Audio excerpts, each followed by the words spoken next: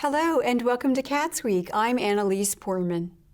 At the Bloomington Historic Preservation Commission meeting on September 8th, Senior Project Manager Gloria Colombrana shared a request from a petitioner to install a fence on their property located on East Atwater Avenue. The owners and petitioners, Ann and Doug Finley, are requesting for a fence to be built between their house and 1002 East Atwater.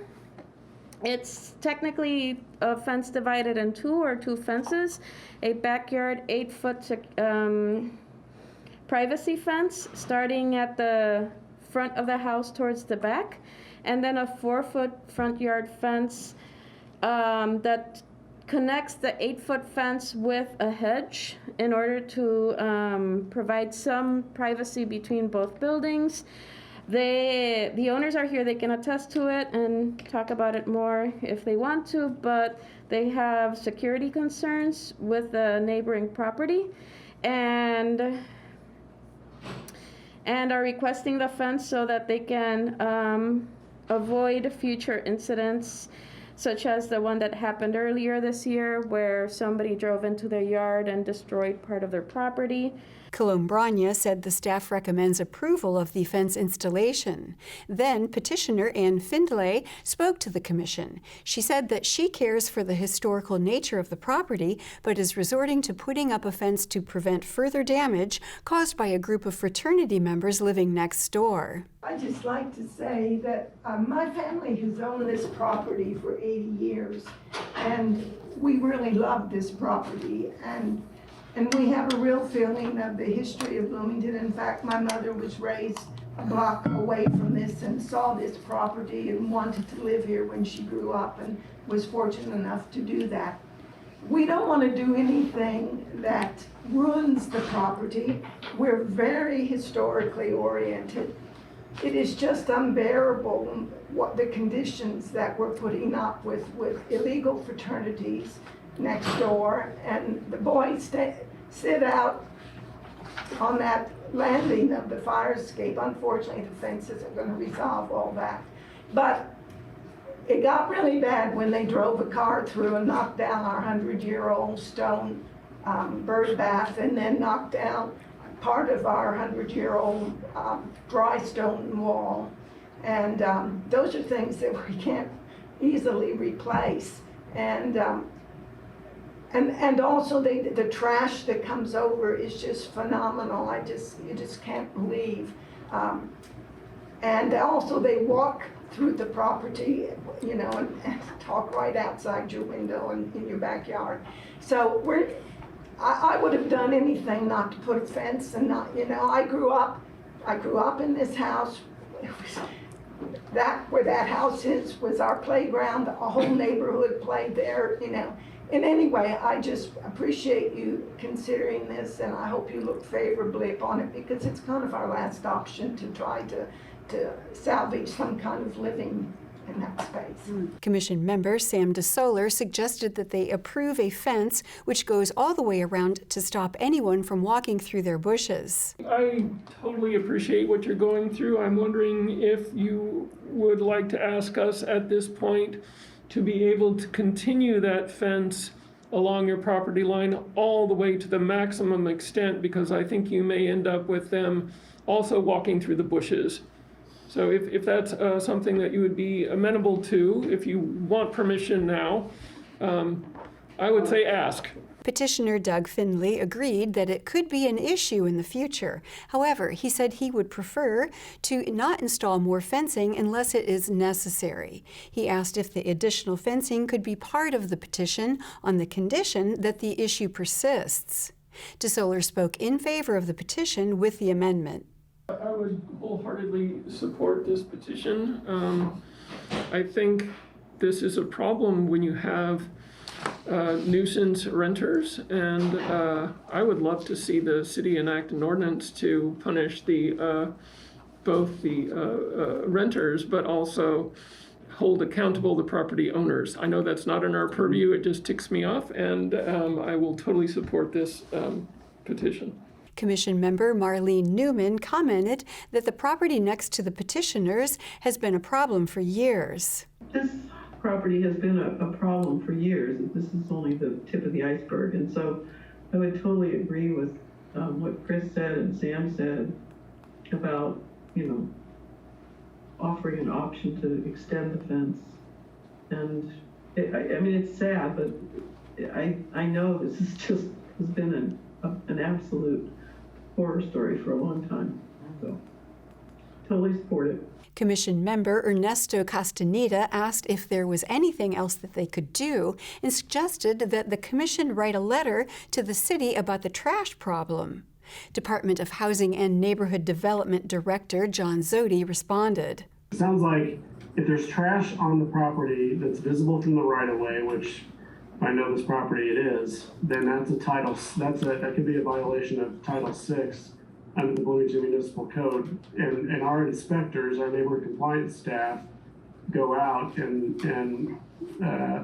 drive through neighborhoods, sort of patrol, I don't like using that word, but they do patrol neighborhoods. And if there's trash out or certain things that would be a violation under Title VI, then those could be subject to a citation. So we would issue a warning. If I picked it up, if there's trash from the rental property onto the homeowner's property, regardless of who owns the property, they're still subject to a citation. If it's visible trash from the right of way, if their trash receptacles are not removed from the curb or the sidewalk within a day of pickup, that kind of stuff is all subject to Title VI. So what I would recommend is we're the petitioner to maybe call us. Happy to give you our number to the hand department.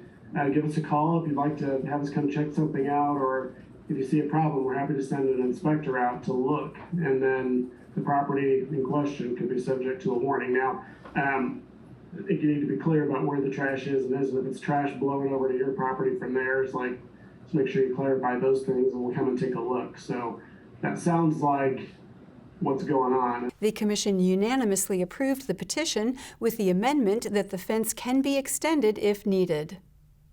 On September 8th at the Monroe County Solid Waste Management District Board meeting, Executive Director Tom McGlasson gave his department report. Just a few things highlight out of the memo included in your packet. We'll note that our budget review schedule with the county council calls for a presentation at a work session on next Thursday, the 15th, followed by the public hearing on October the 4th, and meeting for adoption on October the 18th. Also, just as we've all been made aware, Ms. Dewar has been hired as our new controller and getting acclimated and settled in, but things are going very well, and we think she's going to do a good job for us. Also did want to point out that in lieu, or I guess in a response to Mr. Morgan's retirement that was effective August the 15th, Joey Long has been named Permanent Operations Director. He's been acting in that capacity for some time in Mr. Morgan's absence. So I think we're all aware of his ability to pick up where Mr. Morgan left off and continue to move things forward for the district. Also, the State Board of Accounts did conduct an audit of the district for fiscal years 2018 and 19. That has been completed. We have had our exit conference and been advised that the findings report should be available on or about October the 16th. McGlasson also gave the landfill report since Compliance Officer Joey Long was away on vacation. He was able to provide a report before he left. And we'll note in there, one of the, I think we've discussed before with some of the changes with Mr. Morgan's retirement and restructuring some things at South Walnut. We did fill the vacant truck driver position. And at this time, there are no plans to fill the assistant operations director. And if you'll recall from our budget discussions, that position is not funded in the 2023 budget.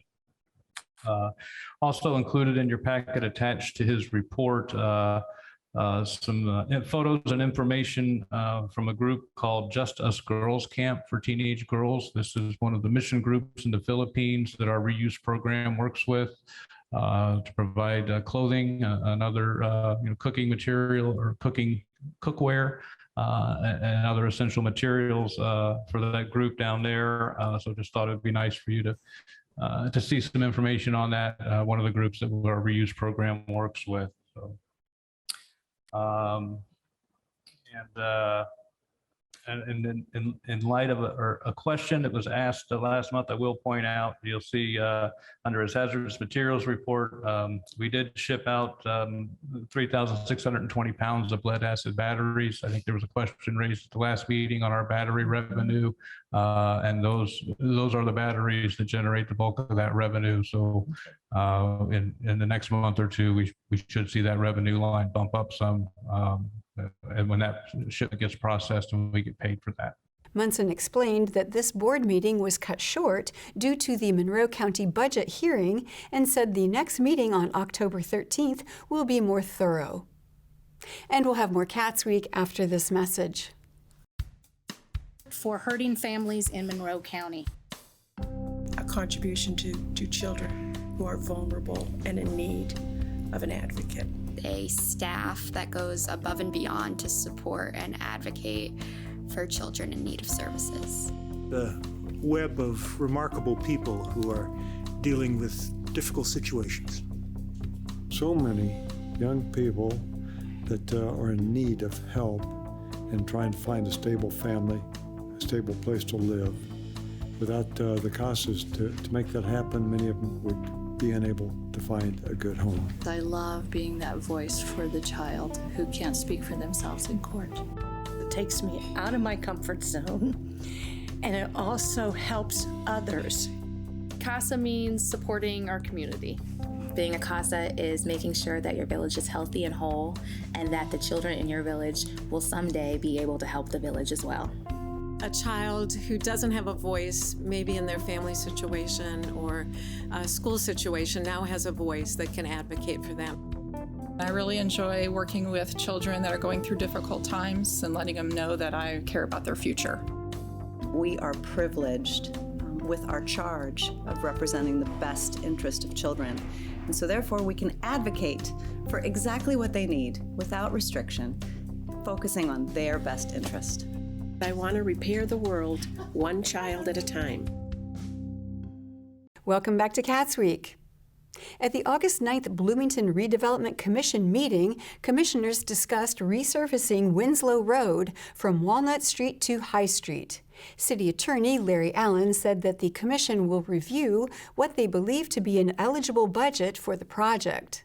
Allen clarified that this is not a resolution to approve funding, but rather a resolution to approve the concept of moving forward with the project. He explained what the resolution entails. Our Public Works Department is working on a project to renew and refresh and resurface Winslow Road from South Walnut Street to High Street.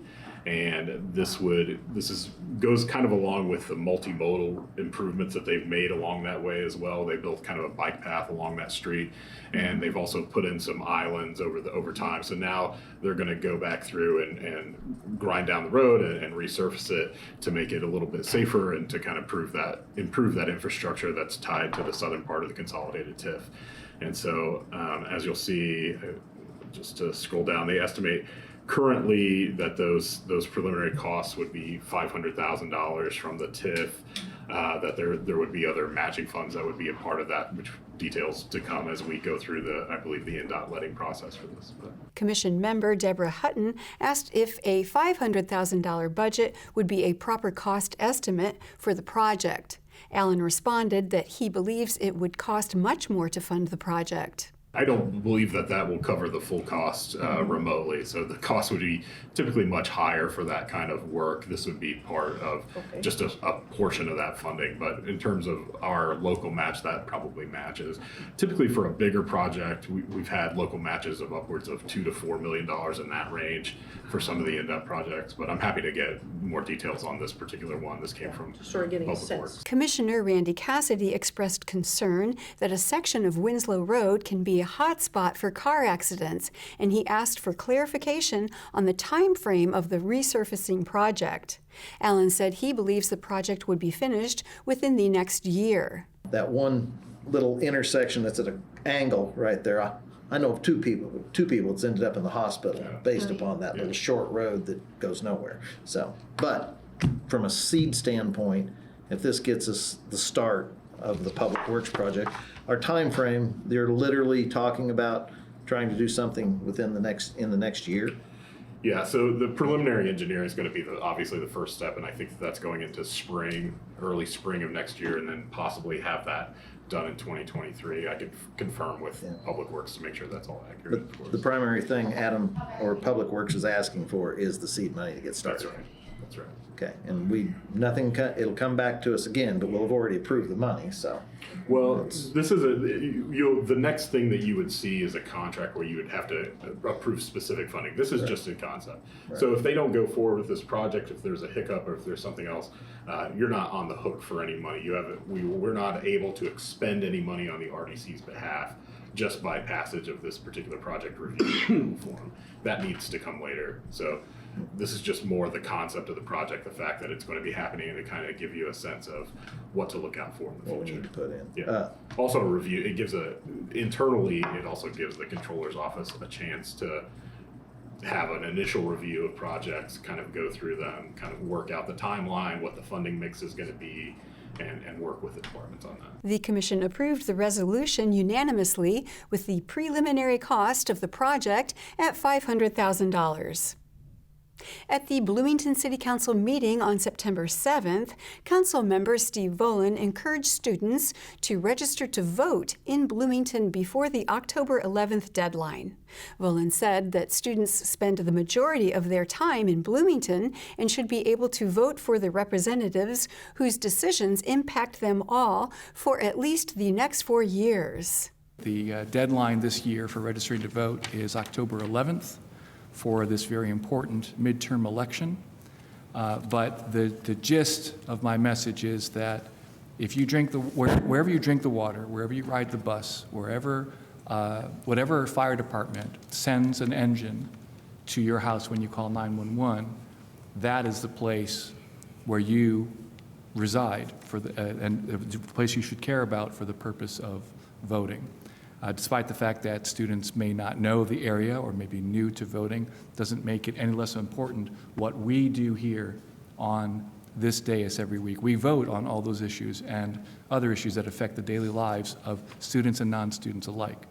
But there are no shortage of non-students who would say to students, you don't count, you're not from here, you shouldn't vote here.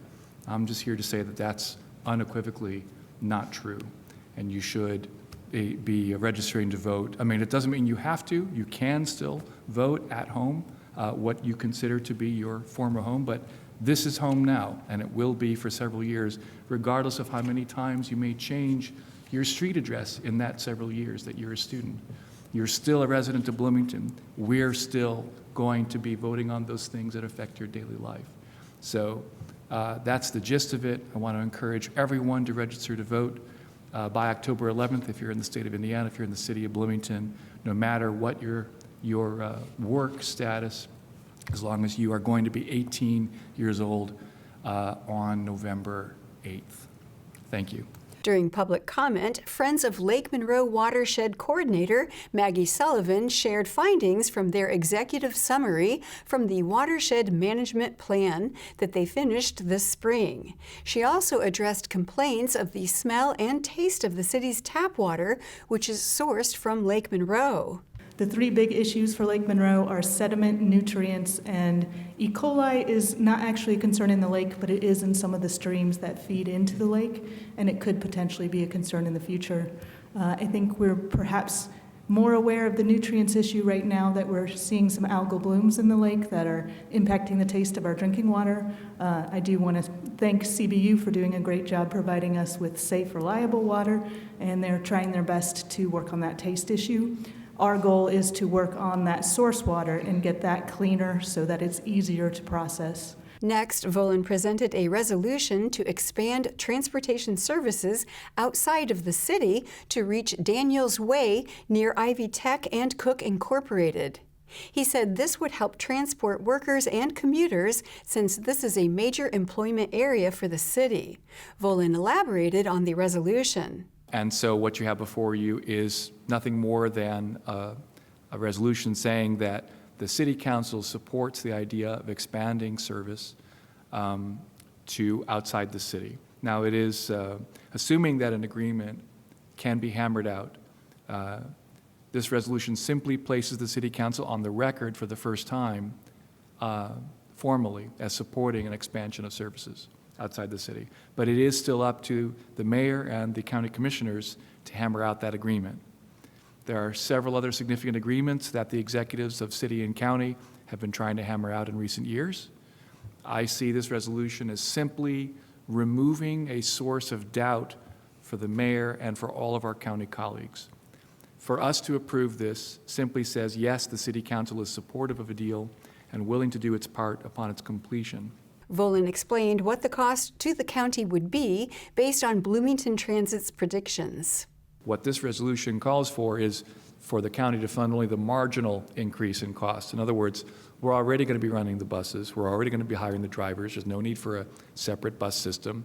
So whatever the marginal increase in cost to go another 25% further, that's going to fall to the county, and that will be up to the executives of city and county to work out the exact details. And I'm agnostic about what other agreements they may include when discussing this topic.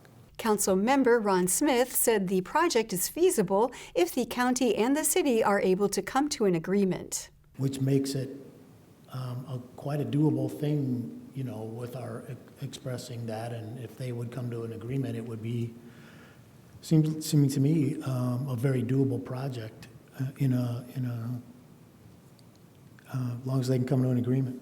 During public comment on the resolution, Indiana University student David Wolf Bender expressed his support for the resolution. Public transit is related very closely to equity. It's directly correlated with equity, the ability to access jobs, the ability to access education. You can look at cities across the United States, from New York to Washington, even here to Bloomington. Transit is directly correlated with equity, so expanding transit is an expansion of equity. The second reason is that there are actually students attending Indiana University who also take courses at Ivy Tech. This is not something that a lot of people actually think about. A lot of students don't think about this. This is a process, or this is called double listing, where you take courses at Indiana University, but also concurrently take a few courses at Ivy Tech's Bloomington campus that can transfer back to your four-year degree at IU. So expanding this line would allow for students who might be double listing at IU to have another way to get to Ivy Tech that wouldn't be with a single occupancy vehicle, which are obviously very bad for the climate. And it might allow people who don't have a single occupancy vehicle to be able to get to Ivy Tech easier. The third thing is there are students who take courses at IU who stay here during the summers and may elect to take a course or two or three or four at Ivy Tech at their Bloomington campus during the summer. Maybe it's more cost effective, maybe there were no more seats in a summer class. So expanding this route would give lots of opportunity for people during the summers as well. So this is good for climate. It's a good expansion of city services, gives another option compared to single occupancy vehicles. And those are just some of the reasons why IUSG is in support of this resolution tonight. So we encourage its passage. Thank you very much. The council unanimously approved the resolution. And we'll have more Cats Week after this message. I'm at risk of thinking there's just no point in trying. I'm at risk of looking in the mirror and hating what I see. I'm at risk of being told not to tell. But with Girls Inc. in my corner, I will not be another statistic. I will fight for myself.